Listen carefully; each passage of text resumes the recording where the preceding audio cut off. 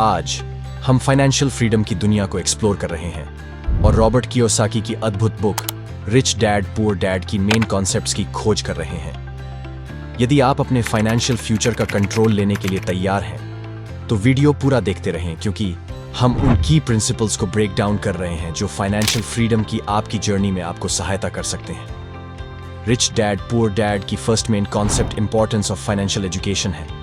Book इस बात पर जोर देती है कि फॉर्मल एजुकेशन अक्सर हमें मनी, इन्वेस्टिंग और फाइनेंशियल फ्रीडम के बारे में नहीं सिखाती है। इसके बजाय ये हमें ज्ञान प्राप्त करने और अपनी फॉर्मल एजुकेशन की जिम्मेदारी लेने के लिए प्रोत्साहित करता है। Assets versus liabilities. एक अन्य fundamental idea assets and liabilities के बीच अंतर है। Robert Kiyosaki income generating assets जैसे कि real estate, investment, minimising liabilities और अननेसेसरी एक्सपेंसेस जैसी एक्सेसिव डेट को कम करने के महत्व पर जोर देते हैं। Power of passive income. ये कॉन्सेप्ट सरल है। मल्टीपल इनकम सोर्सेज बनाएं जिनके लिए आपके कांस्टेंट एफर्ट की आवश्यकता नहीं है, जैसे प्रॉपर्टीज से रेंटल इनकम या इन्वेस्टमेंट से डिविडेंड्स। इससे आप 9 to 5 जॉब से मुक्त हो सकते हैं और अपने समय पर अधिक नियंत्रण पा सकते हैं।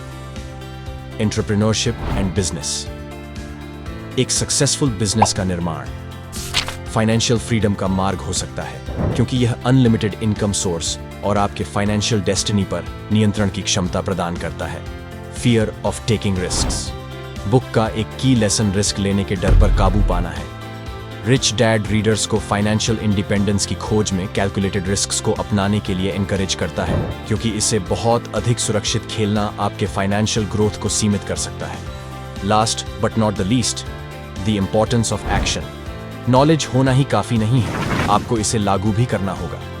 क्लियर फाइनेंशियल गोल्स सेट करें और उन्हें अचीव करने के लिए कंसिस्टेंट स्टेप्स लेकर शुरुआत करें। Conclusion. Rich dad poor dad financial freedom प्राप्त करने में वैल्यूएबल इनसाइट्स प्रदान करता है।